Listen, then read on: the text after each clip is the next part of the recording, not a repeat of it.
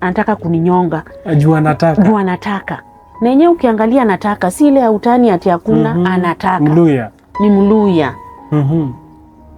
Aliniambia ni Mluya kutoka Busia. Kitu imesimama. Imesimama anataka. Sasa tukamenyana kawaida tu. Sasa ilikuwa kitu masaa 8 huko inaelekea saa 9. Imagine tumeanza kumenyana na saa 5. Sasa nila ananiacha kidogo natulia. Nikitulia tena ndio ameamka. Ameniambia Maureen, uko serious na choniambia? Nikamwambia. Amini usiamini. Alirarua nguo yangu ya ndani. Kwa hiyo hali ya kumenyana. Akairarua. Baada ya kuirarua sikuwa na otherwise. What is happening? What do women go through? Before Gatwiri died, what had she gone through? Before women die, remember this issue is not only about Gatwiri, but women. It's a women issue. It's a feminine issue. Femininity, people are being killed. Women are being maimed day in, day out. Killing sio lazima uwe mwanamke tu sikia ameuawa, amechinjwa, ametupa mahali. It starts from that emotional damage. Mwanamke anauawa before she dies. What has she gone through? Nini alipitia? Nini anapitia? It is why I'm bringing you this episode to listen to the story of this woman relating to what maybe Gatwiri might have gone through. Might be this or not this one, but women are going through hell. They are celebrities, yes. Mnaona wamevalia nguo mzuri, mnaona wanacheka TikTok, wanacheka Facebook, but what are they going through? Sad to say, juzi mmesikia wanaume to the Kalenjin, swala ambao wanakimbia wanariadha. Men are killing them. It is now an issue. They must talk. The female must be listened to. Our women must be listened to. The girl child must be listened to. Know that we're getting about boy child, lakini basi tujue wanawake wanapitia. Welcome to my show. This is the Bob Shakwila Show. As I bring you this story of this woman. As we say all together, rest in peace to all women who died, who went through hell before they died. Rest in peace, Gatwiri.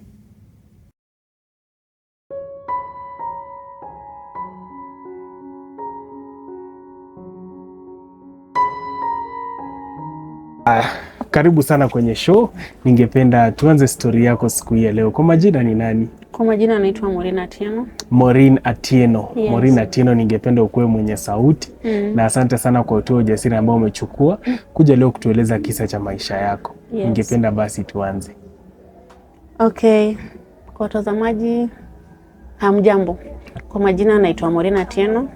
Mimi ni Mjaluo, natoka Homa Bay County. Mimi kwetu tumezaliwa watoto 4, mimi ndio first born. Kwetu mimi sijasoma. Nimesoma tu kidogo, nimefika class 7. Wazazi wangu hawakuwa na uwezo wa kunisomesha. So mimi hapo ndio nilikomea na masomo. Nikapatana na kijana. Alinipenda, akanioa. Nilioleka nikiwa na miaka 14. Baada ya kuoleka, akanipeleka kwao. Kwa huko nikapata ujauzito. Nikiwa na 14 years ikielekea kuisha. Sasa niko na 15. Nikapata mtoto wa kwanza nikiwa na 15 years. Tukakaa hapo hivyo, mwanaume hakuwa na kazi. Akakuja Nairobi kutafuta kazi. Bila alikuja Nairobi kutafuta kazi, mimi nikabaki pale nyumbani na wazazi. Maisha haikuwa mzuri vile. Kwa hiyo boma nilipata kama watoto ni wengi sana. Huyo mama alizaa watoto 10. Sasa unaona chakula shida, akipika unapata watoto wake ndio anawapakulia vizuri. Mimi juu sasa mimi si damu yake, mimi nilikuwa napatiwa tu chakula kidogo. Nikaona maisha ni ngumu. Bwanangu akakuja akatumana nikuje Nairobi. Kuja Nairobi tukakaa naye, nikapata kibarua. Tukakaa naye kidogo, kibarua yenyewe ikaisha, nikarudi nyumbani. Maisha tena ikakuwa shida, nikapata mtoto wa pili. Baada ya kupata mtoto wa pili, maisha bado ni ile ile tu. Tukakaa nyumbani nikavumilia. Kidogo nikapata mtoto wa 3.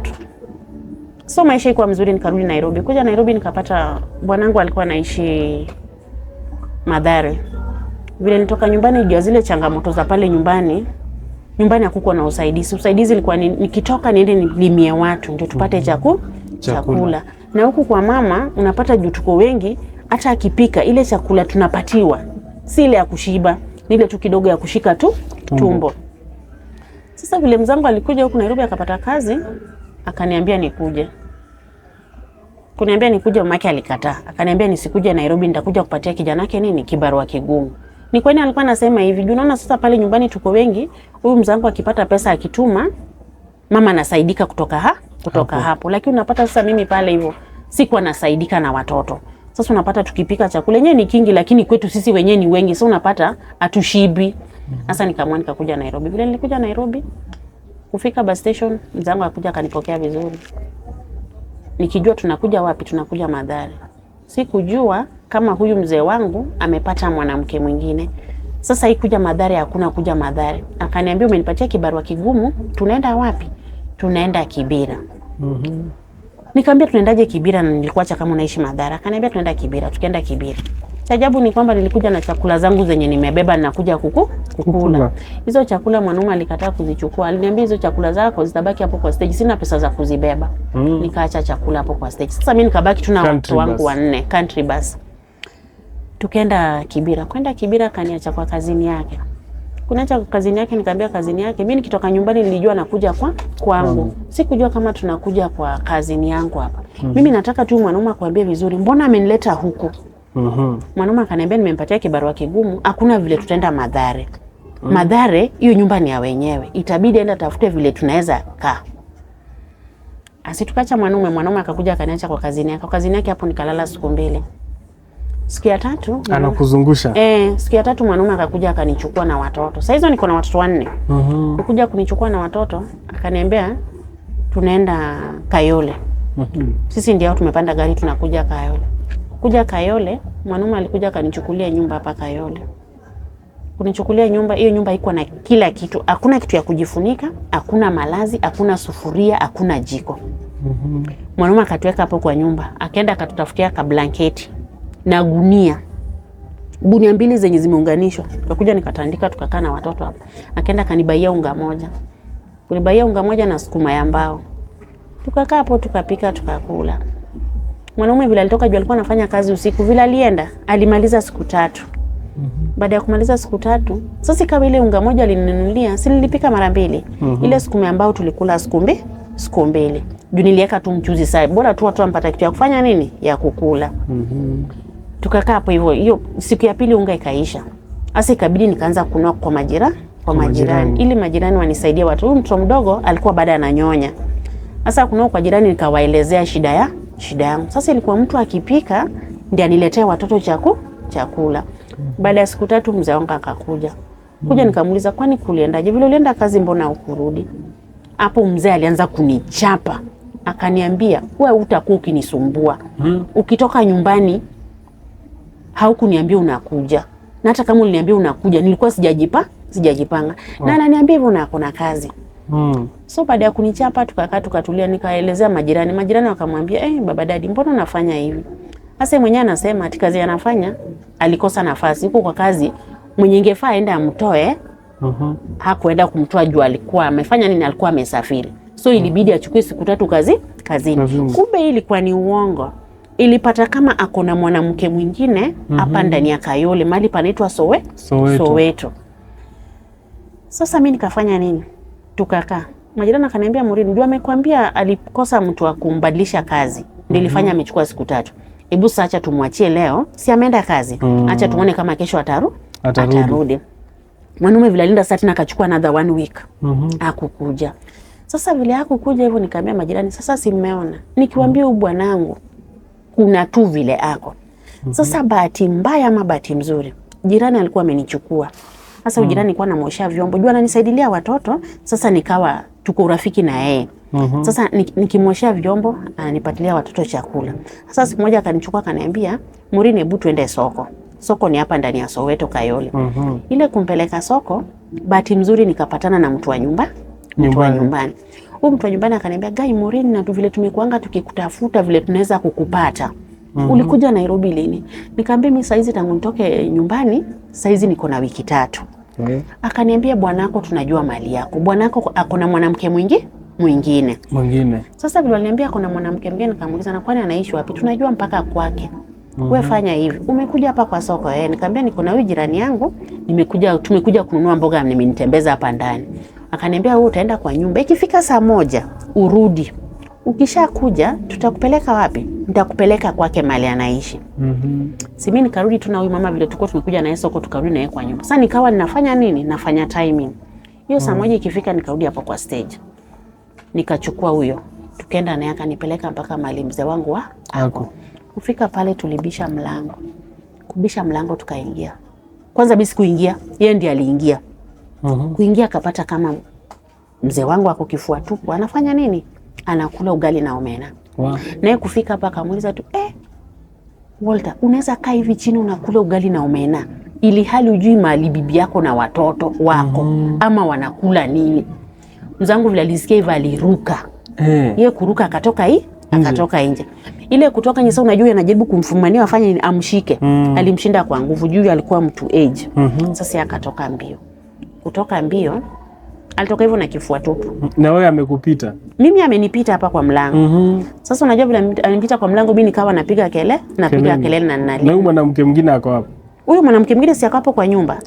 Yeye pia sana tafuta vile anataka kukimbia. Sasa nikaanza tu kulia, nikalia, nikasema haki ya Mungu, mimi nashinda nimeteseka na kumbe huyu mwanamke ndiye akona bwanangu. Sasa nikalia, majirani sasa ndio wamekusanyika wamejaa. Mwanamke pia akapotea. Nikapiga hapo nduru, nikalia. Huyo mwenye alinipeleka akaniambia, Maureen, sasa umeshajua nyumba. Sasa uende uangalie watoto. Mimi kutoka huko si nikakuja. Kukuja si narudi kwa nyumba mahali alikuwa ameniweka kwa nyumba. Kukuja nikapata mwanaume amefika kwa nyumba. Vile alikuwa tu kifua tupu. Amefika kwa nyumba. Ile gunia mahali nilikuwa natandikia watoto ndio mahali amelala. Mimi sasa unajua nikikuja mimi nimekuja nikilia. Sikuwa na expect ati nitakuja nimpate. Mimi kukuja nikapata ako ndani ya nyumba. Ile vile niliingia tu kwa nyumba, mwanaume nilipata ameniunulia kisu. Anataka kufanya nini? Anataka kunidunga. Mimi sasa nikalia kabisa na nikapiga nduru. Kupiga nduru si majirani wakatokelezea. Wakaniambia ni nini mama dada? Nikamwambia mwanaume anataka kuniua. Ananiua, nimefanya nini? Mimi nilikuwa nimeenda kumtafuta ili nione vile anaweza nisaidia. Hii nyumba nimekaa wiki 2. Kuilipa, hakulipa pesa full. Nyumba ilikuwa inalipwa 1500. Juu niliingia katikati, aliongea na landlord. Akampatia 750. Ambapo sasa niko na wiki 3. Unaona sasa zile 2 weeks zimeisha. Inafuata na lipe nyumba nini? Upya. Sasa mimi nikamwambia nilikuwa nimekuja kutafuta, landlord anataka pesa. Mimi mwenyewe kwa ile nyumba hakuna chakula. Mimi mwenyewe huku sijajulikana, hata hakuna vile naweza anza hata kibarua, hakuna mtu ananijua. Na chakula ndio zile uliliachanisha wapi? Country bus. Akaniambia hautanisumbua. Ni mimi nakuua. Mbona unanikula akili? Hautashinda umenisumbua. Sasa vile nilipiga nduru majirani wakakuja. Wale walikuja wakanisaidia. Mwanaume alinyamaza. Sasa majirani wakasema sisi tutakuchapa. Kama huwezi kaa chini uongee na bibi yako msikizane. Watu hawaishingi hivi. Kama sivyo basi uchukue umfanye nini? Umpeleke nyumbani. Mwanaume alitoka akaenda. Vile alienda hakurudi. Mwanaume hakurudi. Alienda na akaenda akatoa ule mwanamke pale na wakafanya nini? Wakahamu wakaenda. Vile waliamu wakaenda, mimi sasa nikabaki tu pale na watoto. Landlord yule alikuja, hakutaka sasa kufanya nini? Kusikia. Ilibidi akanitoa kwa nyumba yake. Hapo ndio sasa nikaanza kuomba uzingizi. Sasa ni ile ukienda ukibisha kwa mtu anakukaribisha vizuri, anapika, mnakula. Una pa kulala? Sina pa kulala. Sasa nikawa nikibishia wa mama. Kuna mtu mmoja alinikaribisha mara ya kwanza. The following day niko na mechange. Sasa anitaki kwake. Hakutaki. Sasa nikafikiria mali nitaenda na watoto, sina kazi, sina pesa, chakula pia ni shida. Nikasema sasa kitu nitafanya, nitabisha kwa wanaume. Wanaume wanaweza kuwa na ule utu. Nikabisha kwa mwanaume. Mwanaume huyu wa kwanza alinikaribisha vizuri. Akaniambia Maureen, alileta mboga na mayai tukapika tukakula. Sasa baada ya kukula mayai na mboga watoto wameshiba, mimi mwenyewe pia nimeshiba.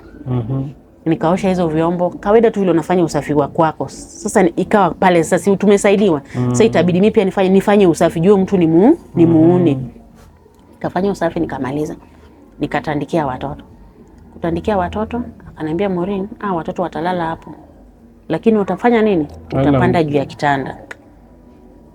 Sasa nikawa na ile roho ngumu. Nikakataa. Nikamwambia hapana. Hii space tu nitajisqueeze tu hapa na nini? Na watoto wangu tulala. Aya, ikawa sahi. Kwa hiyo usiku tulivutana sana na yeye. Akitaka tulale juu ya kitanda.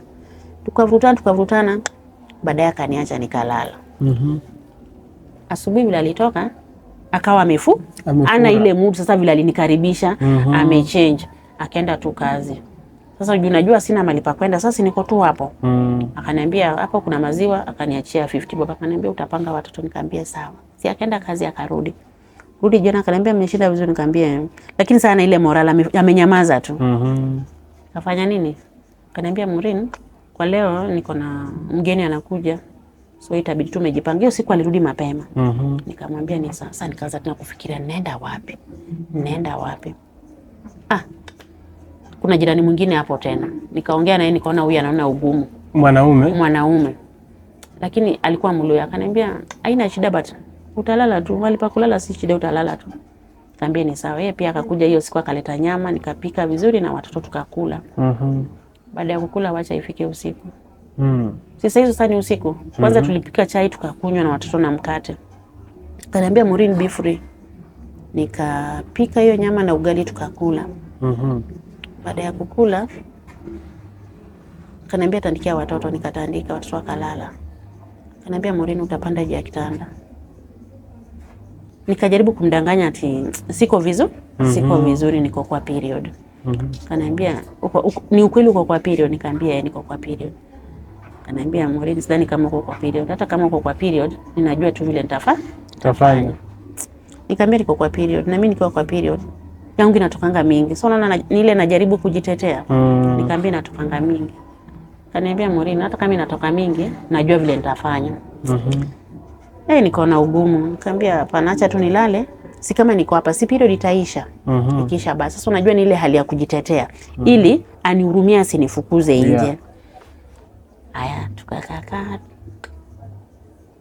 Nikajifanya nimeasimu nikalala. Kufika usiku nilikuwa na vita na huyo mtu. Huyo mtu tulimenyana naye kwa hiyo nyumba. Mpaka ikafika mahali sasa amenishika, anafanya nini? Anataka kuninyonga. Ajua anataka. Na yenyewe ukiangalia anataka, si ile ya utani ati hakuna, anataka. Mluya. Ni Mluya. Aliniambia ni Mluya kutoka Busia. Kitu imesimama anataka.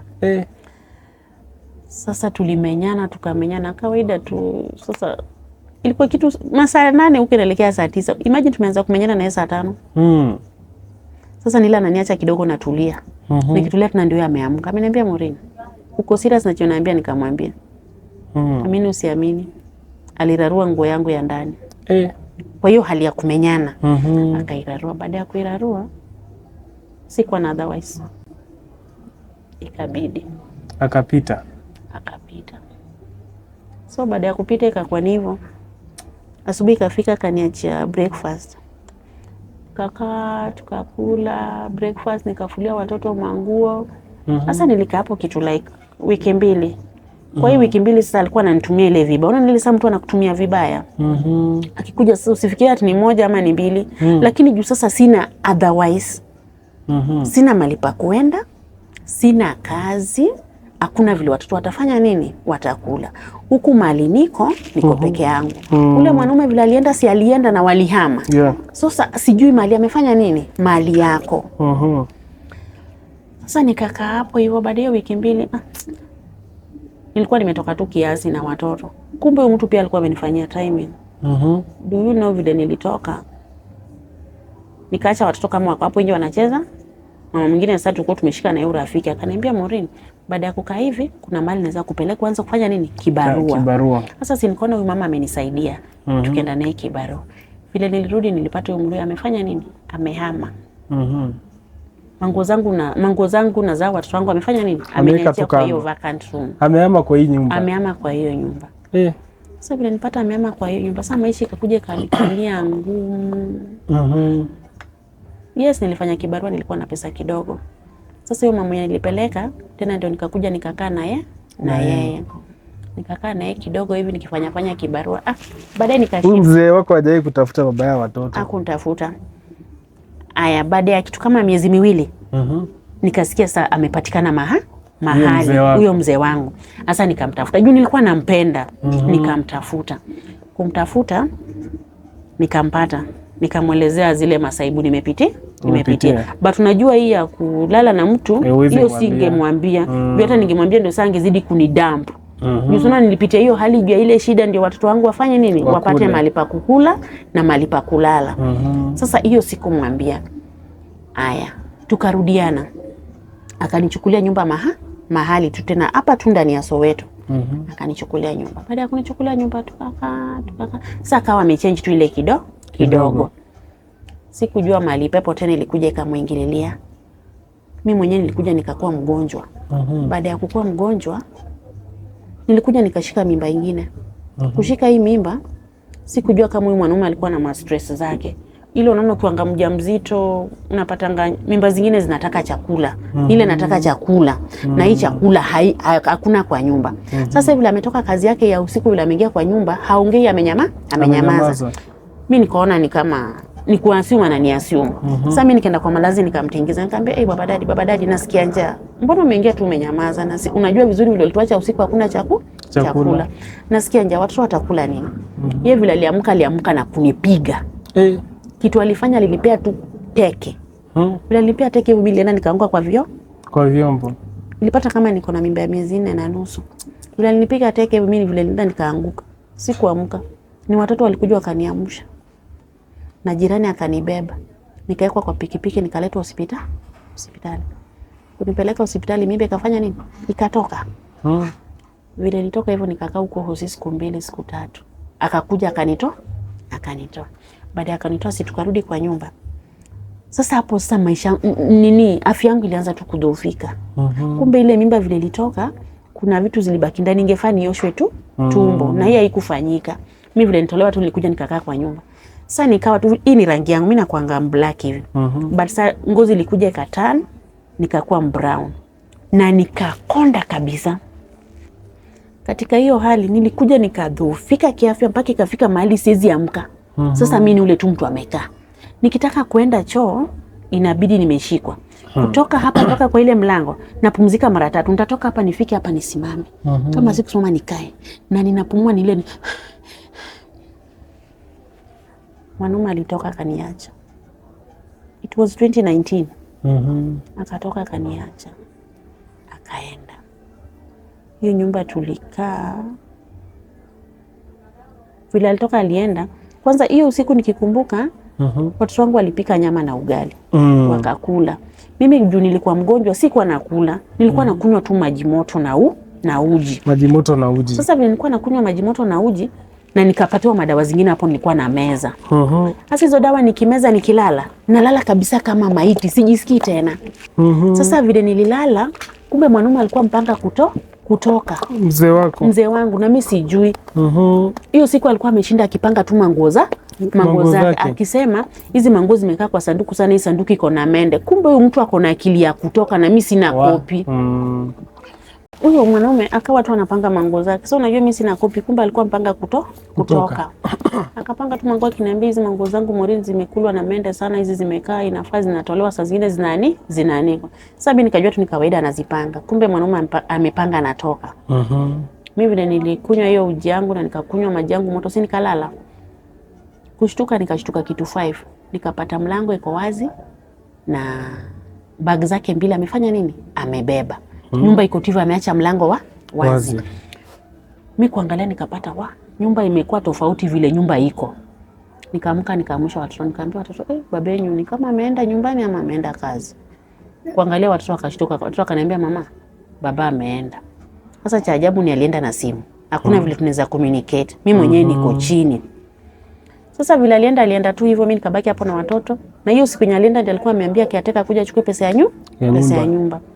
Sasa vile kiateka alikuja akaniambia Morini, nitakuacha tu juu kwa mgonjwa, lakini ukipata nafuu itabidi umefanya nini? Umehama.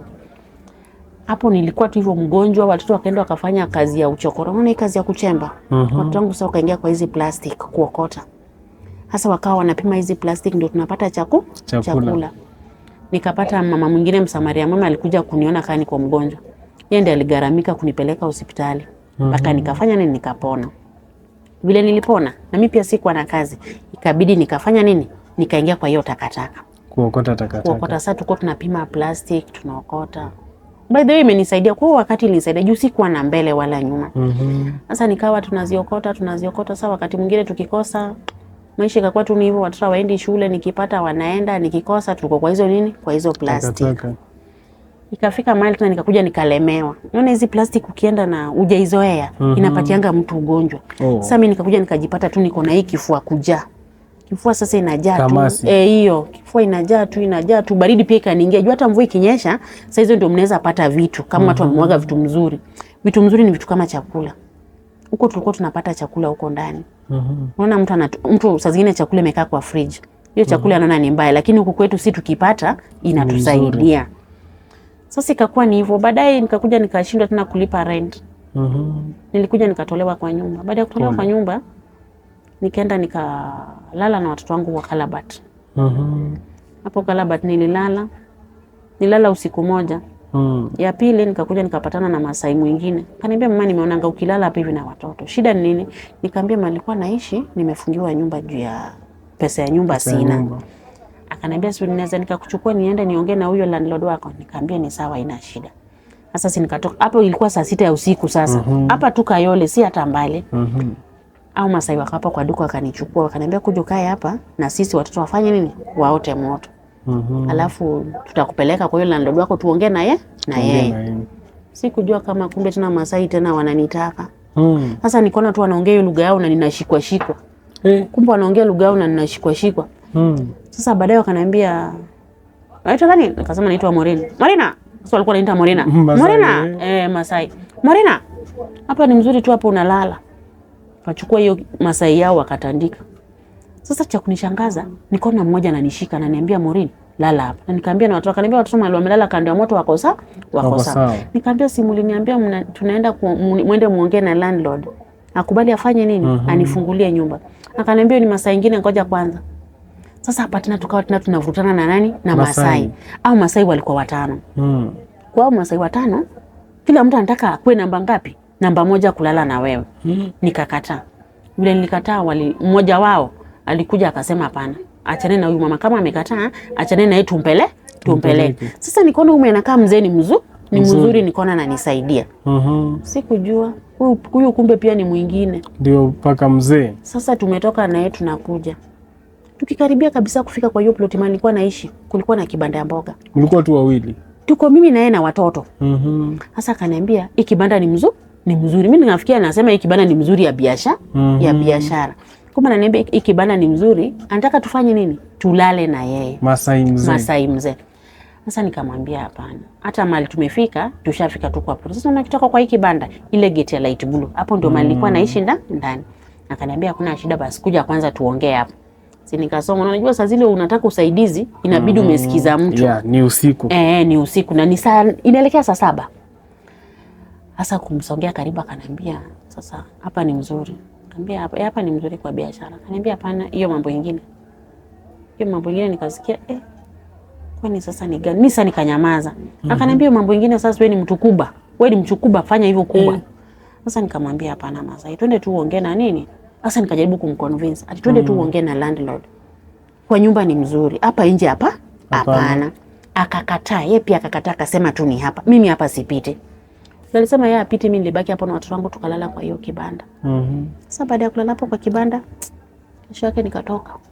Kutoka nikaenda nikaongea na ule mama wa nyumba. Kuongea na yeye akaniambia, "Morin, kuishi hapa sitakubali uishi, lakini vitu zako nitakupatia." Akanipatia vitu zangu. Nikatoka nazo nikaenda kwa mama mwingine Mkikuyu. Huyo mama nikakaa na yeye kitu kama mwezi mmoja. Masai alikutembelea? Masai hakunitembelea, alitaka kunitembelea lakini nilikataa. Nilikataa, hapo ndio sali niachanisha na watoto. Nikalala hapo. Kufika asubuhi nikaface hiyo mama Mkikuyu landlord wangu. Nikamwongelesha, akaniambia hapa sasa sitakubali uishi, juu hauna pesa. Wewe kitu utafanya utatoka tu uende. Akanitolea vitu zangu. Kunitolea vitu zangu, mimi nikashika njia nikaenda. Nikapata mwanaume mwingine. Huyo sasa ni mzee. Kabila tu yangu. Mjaluo. Huyo Mjaluo nilifikiria ni mzuri. Tukaanza naye maisha. Mara ya kwanza alijifanya mzuri kabisa. Tukakaa na yeye. Tukakaa na yeye kitu tuseme ni kitu 1 year. Akijifanya tu ni mzuri hapa kwa chakula na provide kidogo anatoa. Watu wanaenda wapi? Watu wanaenda shule. Mimi nikaingia kwa biashara ya samaki. biashara samaki, nikauzauza samaki kidogo. Sikujua kama huyu pia kumbe ako tu na mambo yake. Kumbe huyu mzee pia tena alikuwa msharati. Huko alindanganya ana familia. Kumbe huyu mtu ako na familia nyumbani. Sasa kuna siku alisema anaenda nyumbani. Kwenda nyumbani ilikuwa arudi. Hakurudi, alienda nyumbani na kumbe bibi yake akamkazia huko. Mimi sasa huku nimebaki, ananiambia Maureen tuma pesa nalima shamba. Sasa hizi kidogo za mimi napata nalipa nyumba na zingine namtumia nyumbani. Kumbe huko nyumbani ametekwa nyara, hakuna kurudi. Siku moja akarudi. Vile alirudi aliniambia, Maureen, mimi sioni tukiishi na wewe. Hakuna vile naweza somesha watoto na watoto wako na baba yao. Hivyo vile aliniambia, hivyo ndio vile alitoka akaenda. Sasa tena hapa maisha ikakuwa ngumu. Niuliza maisha imekuwa ngumu aje? Si ameenda hii nyumba sasa, nimedanganya landlord miezi 2 sijalipa. Tunaelekea mwezi wa 3. Na huko nyumbani ameniambia anaenda kuuza vitu, alete nini? Alete pesa. Hapa sasa tumekaa. Nyumba niko nayo miezi 3. Watoto wamefukuziwa school fee. Ile kuchemba unajua sasa tuliacha juu niliona nimebahatika. Nilirudi tena kuchemba. Tukachemba. Kuchemba sasa kwenyewe hata hakuna watu tena, sasa wameingia kwa hiyo kazi ya kuchemba wengi. Kuchemba haupati. Zile chakula tulikuwa tunapata huko tena sasa hakuna. School fee hakuna. Sasa maisha ikakuwa tu ni ngumu. Mpaka saa hizi. Sasa hizi ile kitu tunafanya ni kibarua ya kufua. Saa zingine mtu ananiita na mbebea maji. Watoto wangu kwa saa hizi wako na tuseme mwaka wajaenda shule. Ule msichana miaka mingapi hao watoto? Huyu msichana wangu first born msichana. Msichana ako na 22 years. 22 inamaanisha wewe uko na? Mimi niko na 40. 40 flat. Niko na 40 na some months. Nimefikisha 40 May. Nilifikisha 40 May. Sasa hizi niko na 40 na kitu kama 5 months juu. Yes. Sasa first born wangu ako na 22 years. Second born ako na 20. Mwenye anamfuata ako na 18. Sasa huyu first born masomo yake iliisha pale katika zile changamoto. Yeye alienda akaoleka. Huyu second born yeye ako tu. Alikakaa hapa Nairobi ikamshinda, akaenda wapi? Akaenda nyumbani. Sasa hapa niko na third born. Third born akuform tu. Hata humu akakufanya mtihani. Due to school fee. Siku anaona hii kazi ya kuchemba. Hakuna hapo mali naweza pata school fee. Nimejaribu hata kutafuta sponsorship hakuna. Sasa unapata chenye tunafanya nao ni kuchemba. Na saa zingine nikienda nikibebea mtu maji tunapata kitu ya kukula. Mwenye anamfuata alikuwa grade 6. Huyu pia hajafanya mtihani. Na niko hapo na mjukuu mtoto wa msichana wangu. Pole sana. Yes. Sasa mama, mimi nakuambia Mungu anakupenda. Amen. Naambianga watu wangu hivyo kila siku, wasisahau. Yes. Ukisahau anasema hata mtu anasema Mungu hayuko ni mjinga, si ndio? Yes. Kwa sababu amekuwezesha kufanya vitu mingi, ni hata watoto wafikie hapo bado wako na uhai wewe. Amen. Tunaona leo, tuna imani kesho itafika, next year itafika, lakini kikubwa umefanya leo ni kukuja kuongea na kuambia watu mapito yako, ndipo hata wengi waweze kujifunza. Na waweze kupata 1 ama 2 ama 3, si ndio? Yes. Hawa watu wanajua watakusaidia, wanawake wako hapa wamefeel safari ya maisha yako na wameona wameingia kwa kitu chako. Hata wanaume, hata wazee wangetaka kupata pengine kwa msaada wote ule, watakupata kwa nambari gani ya simu? Nambari ya simu yenye inapatikana nayo ni 0110 44 26 13 13 0110 44 26 13. Majina yanaleta? Majina italeta Francis Wanjala. Hiyo ni jina ya nani? Hiyo ni jina ya kazini yangu. Hiyo cousin Francis. Mbona wewe hujanunua simu ama hujaregister na kitambulisho chako? Sijaregister na kitambulisho juu kitambulisho yangu ilibaki nyumbani. Yes. Sawa. Lakini wakipiga wataongea na wewe. Wakipiga ni mimi ndio niko nayo. Asante sana, Mungu akubariki.